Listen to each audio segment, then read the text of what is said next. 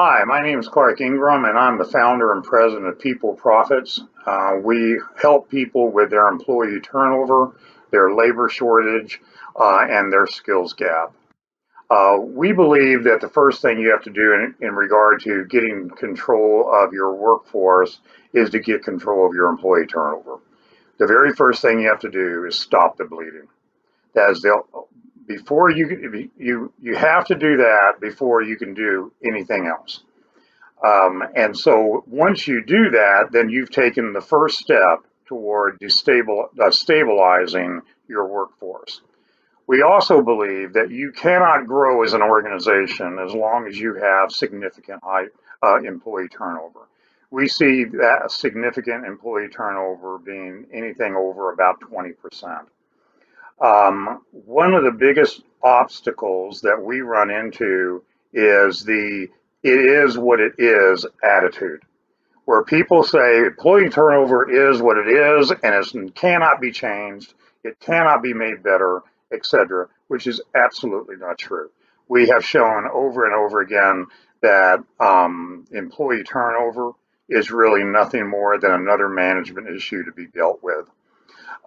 Isn't it interesting that if you look at most of your industries, the company that is the leading company in that industry never seems to have a high employee turnover?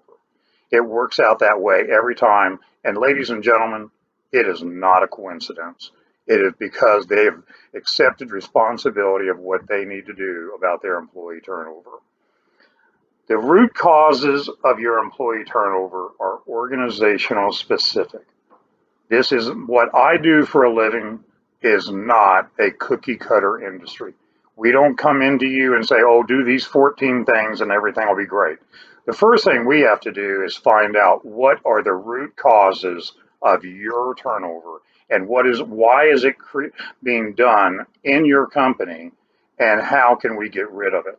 So the first thing we have to do is figure that out and find out what is specific about your company that's creating your employee turnover. The next problem that you run into is organizational inertia toward reducing turnover. Okay, again, back to this "it is what it is" attitude. A lot of people will sit there and tell you, no, you can't do anything about it, and that it's always been that way around here. And we've done this, we've done that, etc., and it doesn't do any good. Well, I'm here to tell you that we have a lot of success in that area. So, one of the things that you need to understand that as you're recruiting your new employees, if you have not dealt with the root cause of your employee turnover, then all you're doing is you're taking those new employees and you're throwing them into that same toxic environment that all your other employees are dealing with right now. And you look at your employee turnover, look at what it is in the industry average, etc. And if you're at the average or above, then that just tells you how bad it really is. We personally don't believe in industry averages because we believe that every organization can do something about their employee turnover.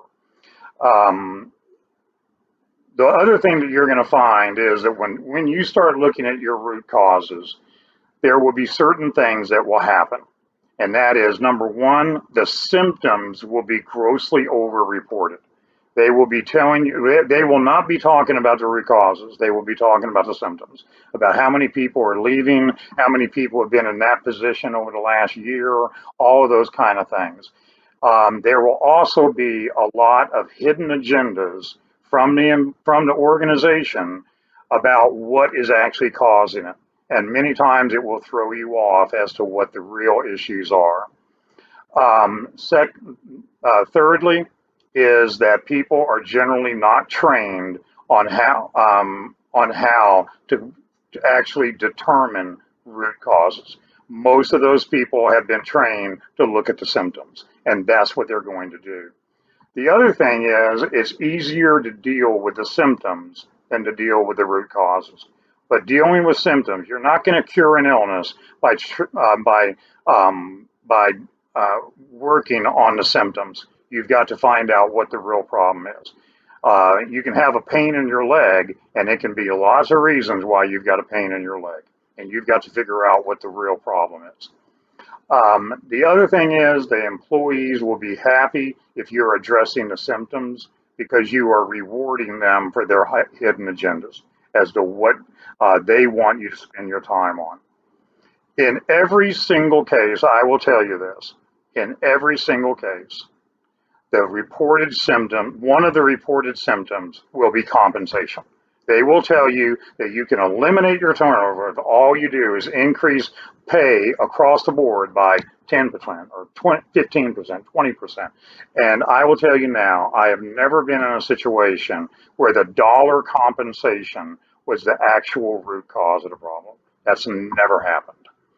Okay, so let's talk a little bit, just for a few minutes here, about the examples of root causes, most of which you guys probably heard a little bit about, and that is supervisors, the actual people that are supervising your people.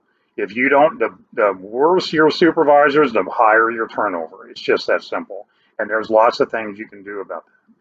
Number two, and this is not so much in an order of magnitude, but just things I run into all the time. Number two, physical environment, the actual physical environment that they're working in. And we always had in one manufacturing plant, turnover always went up when it got hot. And the manufacturing plant would get hotter during August, and that was always a problem. Number three, over promising and under delivering. When you're promising people pay raises and they don't happen, if you're promising that you're going to make this change and it doesn't happen, that is just absolutely killing your engagement with your employees, and that's a very real good time for them to leave.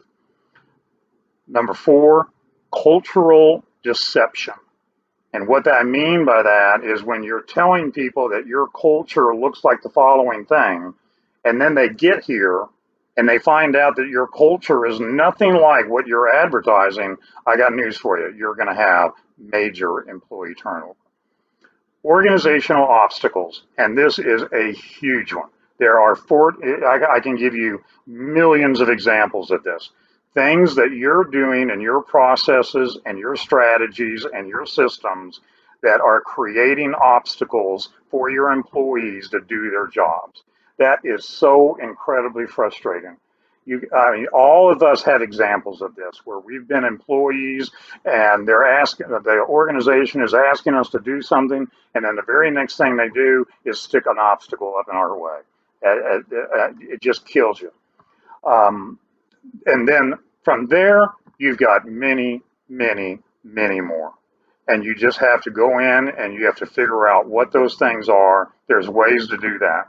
And then you have to go and fix those problems.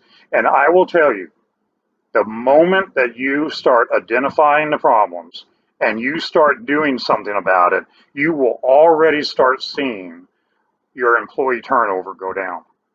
You know, they will automatically see that and realize, okay, these guys are trying, they're seeing the they're trying to find out what the real problems are, and they're doing something about it. So again, this is Clark Ingram. I'm from People Profits. We work with people about their employee turnover, their labor shortage, and skills gap. And we'll see you next time. Thank you very much. Bye.